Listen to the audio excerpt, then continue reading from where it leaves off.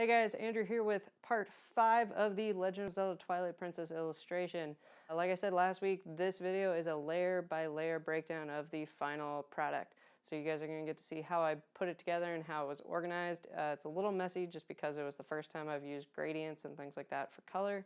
So keep that in mind when you're watching it. You probably want to be a lot neater with your layers than I was in this one, but you'll see some of the layers are actually titled. So I'm going to stop babbling and let you guys get into the video. Hope you guys like it.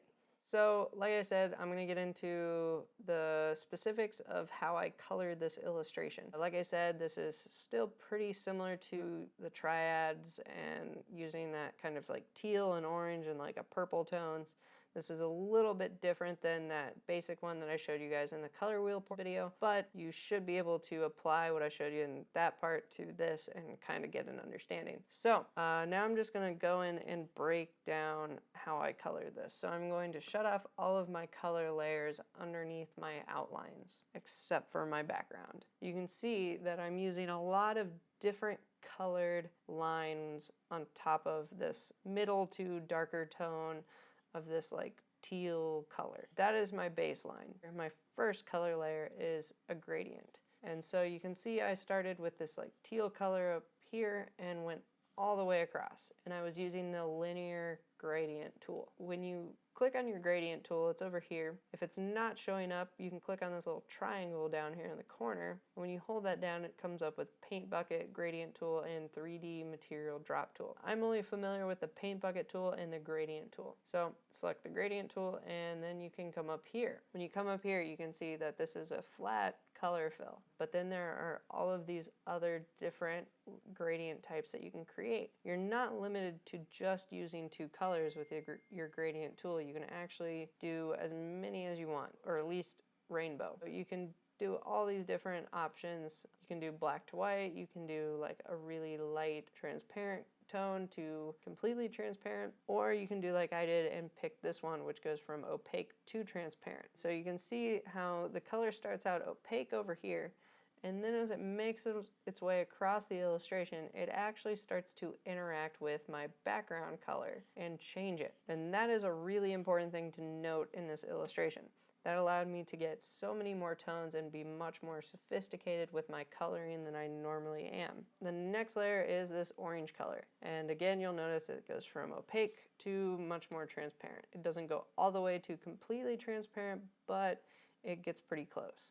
And you can see again how that color is interacting with the background. You'll also notice in this layer that there are parts that are cut out of it over here. Now I did not erase those. You'd never want to erase anything when you're working on an illustration or a design or whatever. You want to use layer mask. So to turn on your layer mask, it's this option right here. And so you'll be on your layer. So let's say I want to turn on a layer mask on this layer. I click the layer mask and it creates it right here. And you'll notice it starts out as white. To erase things using a layer mask, what I do is I turn on my brush tool, I make sure my color is black, and then if I come over here and I start painting with it, you can see it's basically erasing out parts of the illustration. I don't want to do that, so I'm going to go ahead and Command Z that, and then I'm going to shut that layer off because I'm not to it yet. Then we go to the next gradient. So you can see again I'm using layer masks, and this time though the color I started with is much lighter. So it's this brighter, lighter blue color. You can see I bring that over, again, linear gradient from the right to the left. The next layer is the first dark tone layer. This time I started from the left and went to the right with the dark tones, and you can see how that's interacting now with these lighter tones underneath and creating all these different values. You can see that again using a layer mask to cut out certain areas to create shifts in value as I go.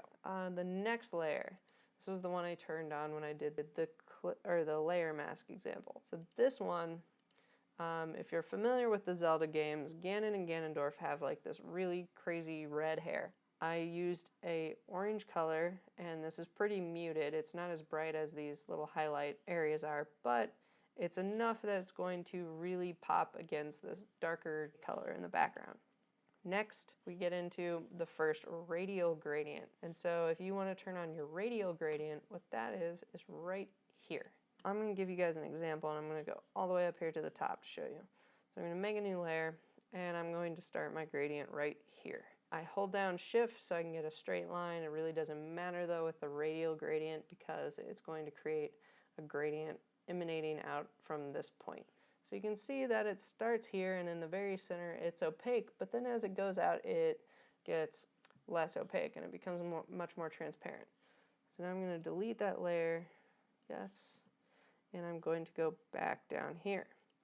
So you can see I started it around this area, and then I used a layer mask to paint out all of this information inside of Ganondorf's hair and his ear so that Zant would stand out, because he wasn't really defined too much yet. He was still pretty dark and you kind of lost him. And then it also brought in some nice little highlight tones and little pops on Ganondorf himself through his this like jewel piece on his forehead, and then in his eyes and his gums, and then again a little bit on Ganon, and it's actually a nice way to use the gradient.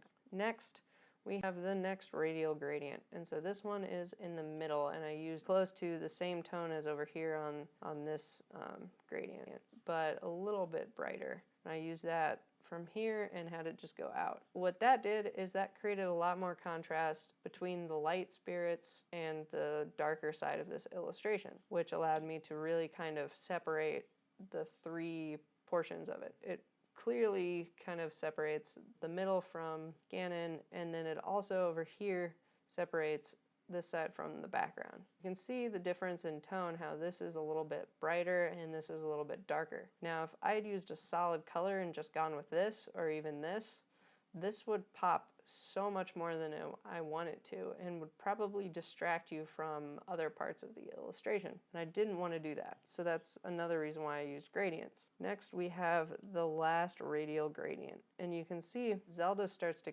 kind of, not completely, but starts to get close in value to the owl spirit. So to fix that, what I did was use the radial gradient again.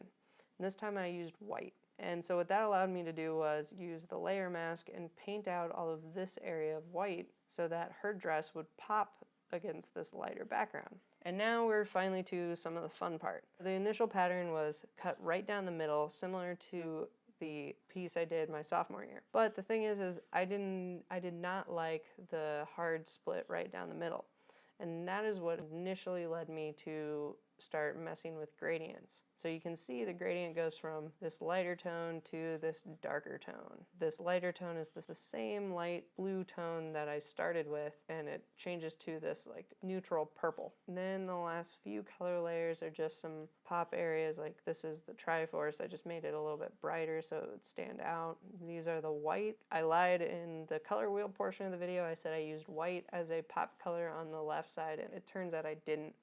So I apologize for that, but I did use it to highlight certain things that I wanted you to pay attention to. So I used it on Link's eyes to really make his eyes pop, and then I used it on his sword to really point you towards Midna, and then your eyes follow all of the white details on her down to the light spirit, which hopefully takes you over to the left side, and so on. Then the last layer I have to show you guys is this layer over here, and all I really did was just add in a little bit of a brighter tone to Ganondorf's eyes, Ganon's eyes, and then Zant's pattern on his sleeve. And that's really all I did with that layer. So I hope this shows you guys how I built this file and how I used gradients to create a similar effect to what I did my sophomore year, but to a much more sophisticated level. If you guys have any more questions, as always, feel free to tweet at me or email me those questions, and I will do my best to answer those through email or Twitter.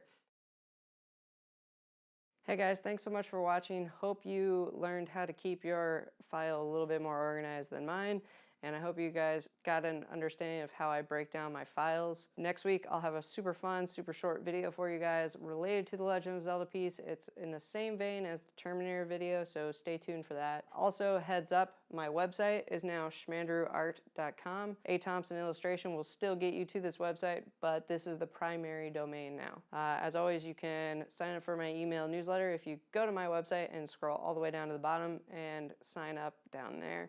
You can also follow me on Instagram, Twitter, Tumblr, Behance, Periscope, and Gumroad. If you go to my Gumroad account, you can find my second brush and texture packs available for download for free, or you can find a special 2.5 with some bonus stuff in it. It's got 2 tutorials, that's the number 2 tutorials. It has a video tutorial, a written out step-by-step tutorial. It has my new brushes, and it also has 3 Photoshop files of some examples of what you can do with those brushes. So if you're interested in that version, you can download that for $1. Check that out in the link below, and I'll see you guys next week. Thanks so much.